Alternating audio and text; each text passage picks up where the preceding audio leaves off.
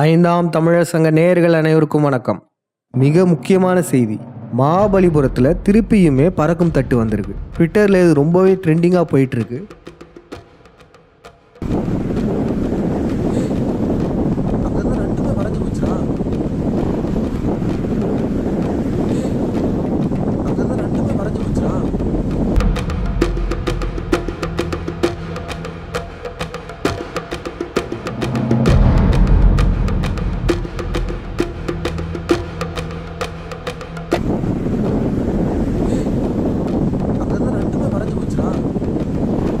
செல்வ பிரகாஷ்ன்றவர் தான் அதை பார்த்துருக்காரு. இவருமே இந்தியன் ஏர்ஃபோர்ஸில் பணியாற்றியவர். இவருடைய இந்த விழியம் சோஷியல் மீடியாவில் இப்போ ரொம்பவும் வைரலாக போயிட்டு இருக்கு. காரணம், இதற்கு முன்னாடி மகாபலிபுரத்தில் யூஎஃப்ஓ பார்த்ததா ஃபோட்டோஸை தான் போட்டிருந்தாங்க. ஆனால் இப்போ விழியமே வெளியாயிருக்கு. இந்த விழியத்தை பார்க்கறதுக்கு முன்னாடி ஐந்தாம் தமிழர் சங்கத்துடைய நிலைப்பாடு என்னவா இருந்துச்சுன்னா, இந்த பிண்டாரிகள் ட்ரோன்ஸை பறக்க விட்டு அது யூஎஃப்ஓன்னு நம்ப வைப்பாங்க. இது ஒரு அஜெண்டா, அப்படிதான் நம்பிட்டு இருந்தோம். ஆனால் இந்த விழியம் பார்த்ததுக்கு அப்புறம் நம்மளுடைய கண்ணோட்டமே மாறுது. காரணம், ட்ரோன்ஸால இந்த வேகத்தில் பறக்க முடியாது.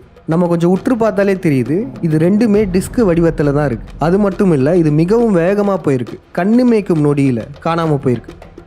இந்த மாதிரி ட்ரோன்ஸால் பறக்க முடியாது. மேலும் அதிர்ச்சி என்னதுன்னா, கல்பாக்கத்திலேருந்து ஒருத்தர் இன்னொரு விழியத்தை வெளியிட்டிருக்காரு. இந்த விழியத்தை விடியற்காலையில் ஆஃபீஸ் போகும்போது எடுத்திருக்காரு. வானத்தில் 3 வித்தியாசமான பொருட்கள் பறந்து போகிறது அந்த விழியத்தில் தெளிவாகவே பதிவாயிருக்கு. இதுவும் யூஎஃப்ஓவான்ற மாதிரி கேள்வி எழுப்பி சோஷியல் மீடியாக்களில் போட்டிருக்காரு. இந்த விழியமுமே வைரல் ஆகிட்டு இருக்கு.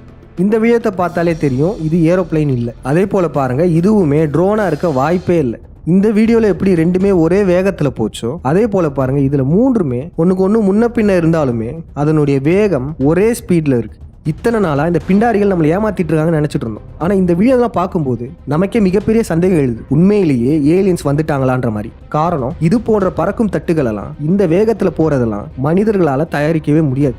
அப்போ இப்படிப்பட்ட ஒரு ஏலியன் டெக்னாலஜியை வச்சு தான் ரொம்ப காம்ப்ளெக்ஸான கோயில்களையும் கட்டியிருப்பாங்களோ. பிரமிடுகள், தமிழ்நாட்டில் இருக்க பல முக்கியமான கோயில்கள்லாம் அந்த காலத்தில் மனிதர்களால் கட்டுறதுக்கு வாய்ப்பே இல்லை. அதிநவீன டெக்னாலஜியை வச்சு தான் நம்ம முன்னோர்களால் கட்டியிருக்க முடியும். அப்போ இத்தனை நாட்களாக இந்த பிண்டாரிகள் ஏலியன்ஸ் எல்லாம் மறைச்சிட்டு இருக்காங்களா? மீண்டும் ஏலியன் டெக்னாலஜி வந்துடக்கூடாதுன்னு பார்க்குறாங்களோ? அதுவும் இந்த யூஎஃப்ஓலாம் பார்த்தீங்கன்னா கரெக்டாக காட்டுக்கு மேலே பறந்துட்டு இருக்கு. அப்போ அந்த காட்டில் என்ன இருக்கு? ஏலியன் டெக்னாலஜி எதுவும் மறைஞ்சிருக்கு இல்லை? ஏலியன்ஸுடைய இருப்பிடம் வீடுலாம் அங்கே இருக்கா? இத்தனை நாட்களாக கவர்மெண்ட் வந்து நம்ம கிட்ட இருந்து இதை மறைக்குதா? இப்போ திடீர்னு பல 100 யூஎஃப்ஓக்கள் வந்தா அதை சமாளிக்கிறதுக்கு நம்ம கிட்ட ராணுவ பலம் இருக்கா? இப்படிப்பட்ட ஒரு டெக்னாலஜியை எதிர்க்கிறதுக்கு நம்மளால முடியுமா? நம்ம அதுக்கு தயாரா இருக்கிறோமா? இருங்க, இப்போ சொன்னதெல்லாம் நம்பிட்டீங்களா? ஒருவேளை இப்போ சொன்னதெல்லாம் நீங்கள் நம்பியிருந்தீங்கன்னா இந்த பிண்டாரிகளால் நீங்கள் ஏமாற்றப்படுறதுக்கு அதிகப்படியான வாய்ப்புகள் இருக்குது. ஆமாம், இப்போ சொல்லப்பட்ட எதுவுமே உண்மை கிடையாது. இப்போ நம்ம காமிச்ச இந்த 2 இதெல்லாம் யூஎஃப்ஓ கிடையாது. சாதாரணமாக நம்ம வீட்டில் சாப்பாடு வடிக்கிற தட்டு இருக்குல்ல, வடிதட்டு, அதுதான் இது. அதை வச்சு தான் இதை நம்ம உருவாக்கியிருக்கோமே. சாதாரணமாக யூடியூப்லேயே கிடைக்கக்கூடிய மகாபலிபுரத்தில் இருக்க பீச் வீடியோ ஒன்று எடுத்துகிட்டு அந்த பீச் வீடியோவில் இந்த வடிதட்டை வச்சுட்டோம். அதுக்கப்புறம் இந்த 2 தட்டுகளும் வேகமாக போகிற மாதிரி எடிட் பண்ணிட்டோம்.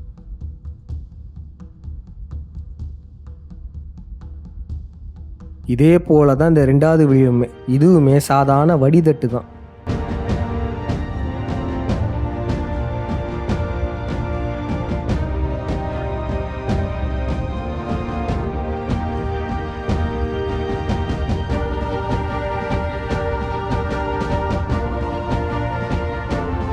அப்போனா பார்த்துக்கோங்க, எந்த ஒரு செலவும் இல்லாமல் நம்மளாலேயே இந்த மாதிரி பறக்கும் தட்டு விழியங்களெல்லாம் உருவாக்க முடிஞ்சது.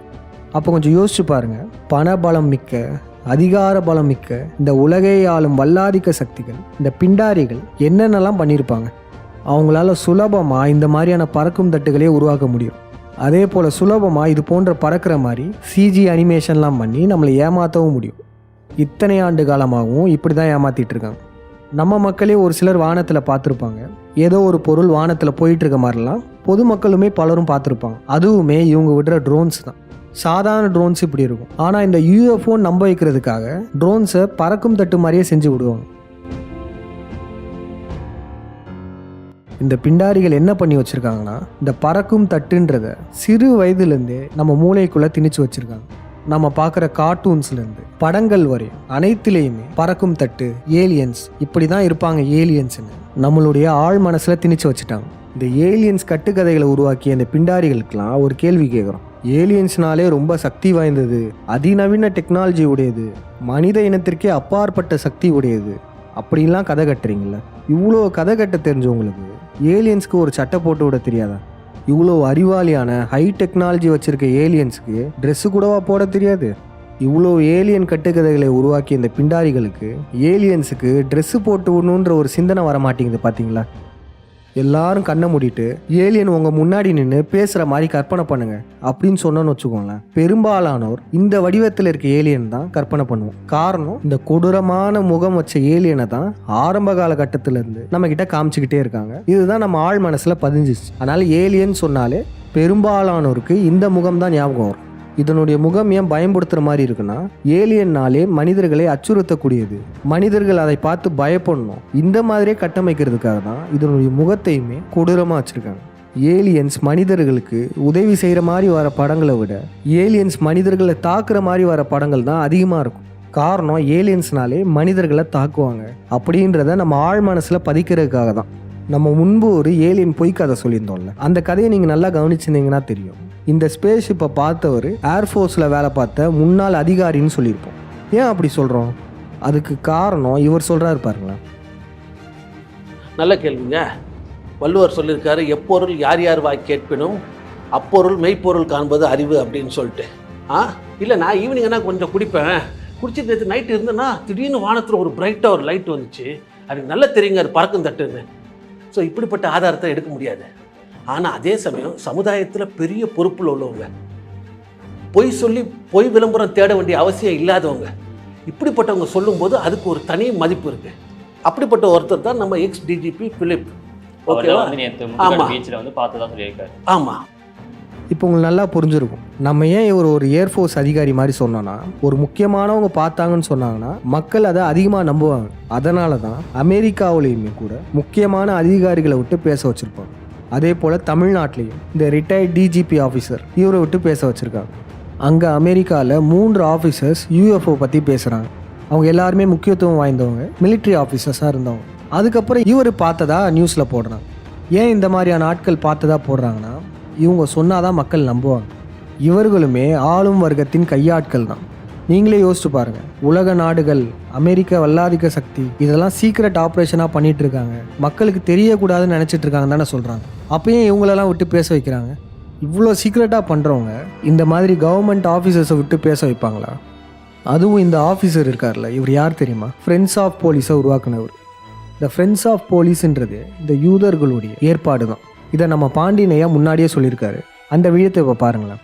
ஃப்ரெண்ட்ஸ் ஆஃப் போலீஸை பற்றி நான் மேலும் ஆராய்ந்த போது மேலும் அதிர்ச்சி தகவலே கிடைத்தது. இது உலக அளவில் அனைத்து யூத ஆதிக்க நாடுகளிலும் உள்ள அமைப்புதான். அதனால்தான் இதன் முத்திரை யுனைடெட் நேஷன்ஸின் முத்திரையை அடிப்படையாக கொண்டு செய்யப்பட்டுள்ளது. உலகெங்கும் இது இல்லுமினாட்டிகளின் வேவு பார்க்கும் அமைப்புதான். இந்தியாவின் இல்லுமினாட்டி அமைப்பு என்பது RSS தானே. ஆக சேவாபாரதி என்ற பெயரில் இயங்கும் தமிழக ஃப்ரெண்ட்ஸ் ஆஃப் போலீஸ் என்பது சங்கிகளால் இயக்கப்படும் அமைப்பு என்பதில் எள்ளளவும் ஐயமில்லை. இப்போது நீங்கள் விருதுநகர் ஃப்ரெண்ட்ஸ் ஆஃப் போலீஸின் முகநூல் பக்கத்தைத்தான் பார்த்து கொண்டுள்ளீர்கள். Queen's award for innovation in police training and development என்றுள்ளது பார்த்தீர்களா? இங்கிலாந்து அரசியார்தான் இல்லுமினாட்டிகளின் தலைவி என்பது எல்லோரும் அறிந்தது. அவர் இவர்களுக்கு அவார்டு கொடுத்தாராம். இவர்கள் இல்லுமினாட்டிகளால் இயக்கப்படுகிறவர்கள் என்ற உண்மை தண்டவாளத்தில் ஏறிவிட்டதால் இந்த அமைப்பை நிரந்தரமாக தடை செய்ய வேண்டும். ஃப்ரெண்ட்ஸ் ஆஃப் போலீஸை தமிழர்கள் இனி பகை சக்தியாகத்தான் பார்ப்பார்கள். இவர்களை இயக்குபவர்கள் இல்லுமினாட்டிகள் என்பது இப்போது தெரிந்துவிட்டதல்லவா? அப்பனா பார்த்துக்கோங்க, இந்த பிண்டாரிகளின் ஃப்ரெண்ட்ஸ் ஆஃப் போலீஸை உருவாக்குனவர் இவர்னா இவருக்கும் இந்த வல்லாதிக்க சக்திகளுக்கும் நேரடி தொடர்பு இருக்கு. வெளியே பார்க்க இவர் ரிட்டையர் ஆனவர் மாதிரி தான் இருக்கும், ஆனால் இவருமே அஜெண்டாவோட தான் செயல்பட்டிருக்காரு. இவர் இன்னொரு முக்கியமான விடயத்தை சொல்லியிருக்காரு, அதை கேளுங்களேன். நமக்கும் வேற்று கிரகவாசிக்கு உறவு 50,000 வருஷத்தை தாண்டி விட அப்படின்னு நான் சொல்லலை. அமெரிக்காவுடைய இராணுவ கல்லூரியில் இருக்கிற அதிகாரிங்களுக்கு நடத்துகிற பாட புத்தகத்தில் போட்டிருக்கேன். கடந்த காலங்களில் பல ஆயிரம் வருஷத்துக்கு முன்னாடி வேற்று கிரகவாசிங்க பூமிக்கு வந்திருக்காங்க. இன்னைக்கு நீங்கள் பெருசாக கொண்டாடுற பிரமிட்ஸ் இன்னும் நிறைய விஷயத்த அவங்க பண்ணியிருக்கிறாங்க அப்படின்னு அவர் சொன்னார். பார்த்துக்கிட்டிங்களா? இந்த பிரமிடு அப்புறம் நம்மளுடைய கோயில்கள்லாம் ஏலியன்களால் கெட்டப்பட்டதான். இன்டைரக்டாக தமிழர்கள் இந்த அளவு அறிவாளிகள் இல்லைன்னு சொல்கிறாங்க. நம்ம முன்பே சொன்னது தான், தமிழர்கள் அறிவியலில் சிறந்து விளங்கியிருக்காங்க. நம் தமிழ் சித்தர்கள் கடவுளர்கள்லாம் சயின்டிஸ்டாக இருந்திருக்காங்க. 3ஆம் நூற்றாண்டு களப்பிரர் காலகட்டத்தில், அதாவது இந்த பரசுராமன் காலகட்டத்தில் நம்மக்கிட்ட இருக்க அனைத்து சயின்ஸ் அண்ட் டெக்னாலஜிகளையும் அழிச்சிட்டாங்க. கொஞ்சம் யோசிச்சு பாருங்க, இந்த உலகத்தில் மிக முக்கியமான மன்னர்கள் தமிழ்நாட்டில் வாழ்ந்திருக்காங்க. அப்படிப்பட்ட மன்னர்களுடைய அரண்மனைகள்லாம் எங்கே போச்சு? நம்ம அரண்மனைகள்ல இருந்து நம்ம கண்டுபிடிப்புகள், நம்ம இன்வென்ஷன், டெக்னாலஜிகள் அனைத்தையுமே முழுவதுமாக இந்த பரசுராமனின் ஆட்சியில் அழிச்சிட்டாங்க. அதற்கப்புறமா இந்த தஞ்சை பெரிய கோயிலாக இருக்கட்டும், அப்புறம் மேலும் பல கட்டுமானங்கள், பிரமிட்ஸாக இருக்கட்டும், அதுக்கப்புறம் அகத்தியர் பேட்டரி, இது போன்ற பொருட்கள்லாம் இன்னுமே அழியாமல் இருக்குது. இதெல்லாம் பார்த்து மக்களுக்கு சந்தேகம் வந்துடக்கூடாது தான் இவங்க என்ன சொல்கிறாங்கன்னா, இந்த மாதிரியான பொருட்களையும் இந்த மாதிரியான கட்டிடங்களையும் ஏலியன்கள் உருவாக்கிட்டு போயிட்டாங்க அப்படின்னு சொல்லிட்டாங்க. இன்டைரக்டாக தமிழர்களை முட்டாள்கள்னு சொல்கிறாங்க. ஒன்று மட்டும் நல்லா தெரிஞ்சுக்கோங்க, பறந்து விரிந்து கிடக்கிற இந்த பிரபஞ்சத்தில் இந்த சூரிய குடும்பத்தை போன்ற பல சூரிய குடும்பங்கள் இருக்குது. வேற்று கிரகங்களில் உயிரினங்கள் வாழ்வதற்கான சாத்தியக்கூறுகள் இருக்குது. ஆனால் இது போன்ற பறக்கும் தட்டுகள், இது போன்ற ஏலியன்கள்லாம் வந்தால் நம்பாதீங்க. இது பல ஆண்டுகளாக இந்த பிண்டாரிகளால் போட்ட திட்டம் தான் இது. இதை நம்ம நம்பிட்டோன்னா இதுக்கு அடுத்த நிலையை என்ன பண்ணுவாங்கன்னா, ஏதோ ஒரு இடத்த சேதப்படுத்திட்டு இதை ஏலியன்கள் சேதப்படுத்தியிருக்கலாம் அப்படின்னு சொல்லிட்டு கேஸை முடிச்சிருவாங்க. இப்போ எடுத்துக்காட்டுக்கு மலேரியா, டெங்குலாம் பரவுதுன்னு வச்சுக்கோங்க. இந்த பரவலுக்கு காரணம் யாருன்னு கேட்டால் சாதாரண பொதுமக்கள் என்ன சொல்லுவாங்க? கொசுக்கள் தான் காரணம்னு சொல்லுவாங்க. ஆனால் உண்மையில் பெரும்பாலான நோய்கள்லாம் ஆர்டிஃபிஷியலாக லேபில் உருவாக்கப்பட்டது தான். இந்த பிண்டாரிகளால் உருவாக்கப்பட்ட நோய்கள் தான் பெரும்பாலான நோய்கள். ஆனால் கடைசியில் பழி யார் மேலே போயிடும்? இந்த கொசுக்கள் மேலே போயிடும். அதே போல தான் இந்த ஏலியன்ஸ் கதையுமே. இந்த பிண்டாரிகளே ஏதாச்சும் நாசகார வேலைகள் பண்ணிட்டு பழியை ஏலியன்ஸ் மேலே போட்டுருவாங்க. அதனால் இனி வரும் காலங்களில் இந்த பறக்கும் தட்டு போன்ற விஷயங்கள்லாம் வந்துச்சுன்னா அதை யாரும் நம்பாதீங்க. உங்களுடைய குழந்தைகளுக்கு, பள்ளி மாணவர்களுக்கெல்லாம் இந்த விஷயத்தை காமிங்க. ஏன்னா இந்த பிண்டாரிகள் சிறு வயதிலிருந்து குழந்தைகளுக்கும் பள்ளி மாணவர்களுக்கும் படங்கள் மூலமாக, கார்ட்டூன்கள் மூலமாக திணிச்சிட்டு இருக்காங்க. அதனால் இந்த விடயத்தில் முதல்ல விழிப்படைய வேண்டியவர்கள் சிறுவர்களும் குழந்தைகளும் தான். அதுவும் இந்த சயின்ஸ் பேசுகிற போலிகள் இருக்காங்களே, இவங்கெல்லாம் பார்த்தீங்கன்னா எப்பயுமே இந்த கவர்மெண்ட்டுக்கு ஆதரவாகவே இருப்பாங்க. அதுவும் முக்கியமாக இந்த பறக்கும் தட்டு, ஏலியன்கள் விடயம்லாம் வந்துச்சுன்னா அப்படியே கவர்மெண்ட்டுக்கு சப்போர்ட்டாகவே பேசுவோம்.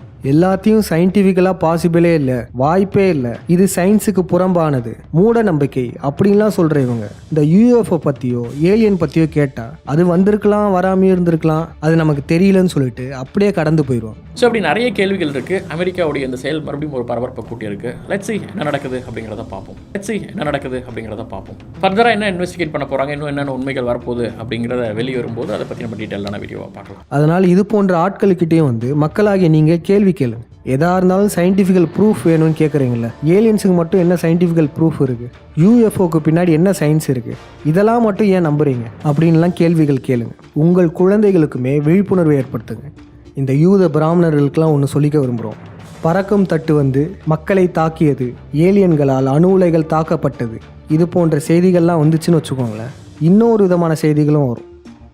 இவ்வுலகை ஆண்டு கொண்டிருக்கும் யூதர்கள் ஏலியன்களால் குறிவைத்து தாக்கப்படுகின்றனர் இப்படின்ற செய்தியுமே வரும். இவங்க சொல்கிற அதே யூஎஃப்ஓ, அதே ஏலியன்ஸ். மீண்டும் அடுத்த வீடியோவில் சந்திப்போம். நன்றி, வணக்கம்.